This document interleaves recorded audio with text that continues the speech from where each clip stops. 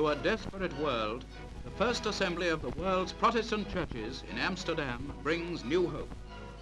At a time of great crisis in man's history, 1,000 delegates from 40 countries meet to declare their faith in the Christian creed as the sole answer to human folly.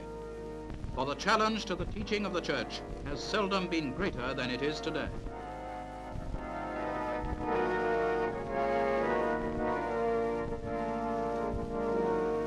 Now, as perhaps never before, is there a need to create among the peoples of the world a rising tide of faith in all that Christianity means.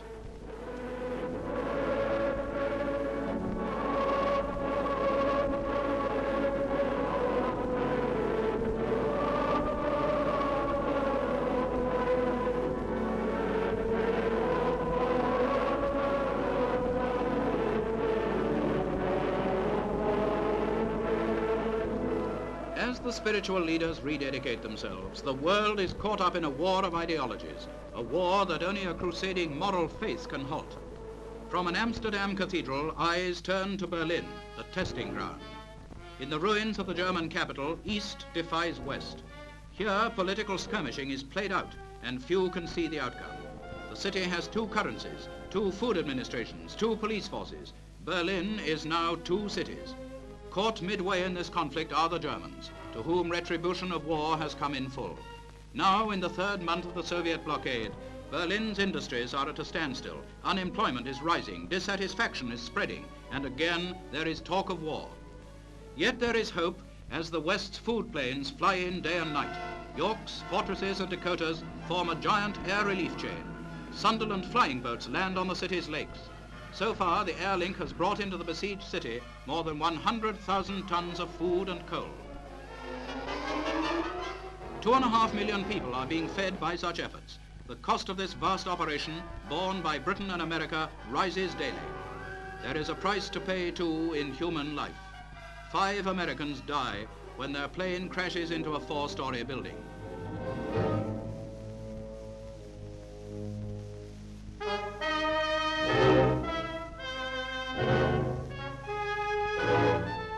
From their one-time enemies come tributes to such sacrifice. For the Germans find themselves not alone in their desire to hold their new freedom. The food battle of Berlin is a guarantee of the Western Allies' resolution. As Western air strength is steadily reinforced, American jet fighters fly the Atlantic to German air bases. The issues are clear. This time there will be no Munich. But even more impressive than the show of strength is the spiritual reawakening of a nation. In the minds of the German people, regimented in the service of the state for more than a decade, something stirs. Intense preparations for the celebration of Cologne Cathedral's 700th anniversary are the first flickerings of a religious revival. Badly damaged during the war, the ancient cathedral is to be reopened for public worship for the first time in 5 years.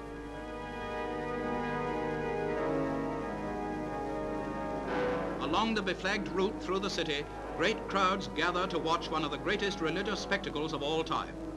Bearing holy relics that have been kept in Cologne since the Middle Ages, the procession is led by 7 cardinals and includes archbishops and bishops from all over Europe.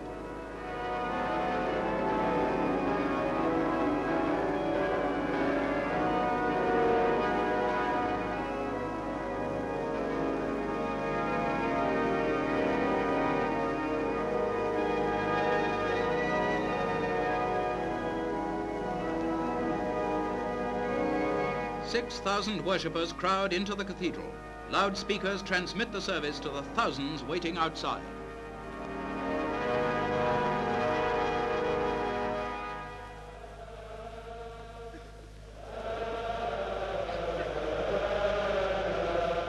In the hearts of the watching multitude, the ritual of the occasion sets alight a desire that only the church can give. In Amsterdam, as in Cologne, the spiritual revival is the church's answer to the problems which beset a troubled mankind.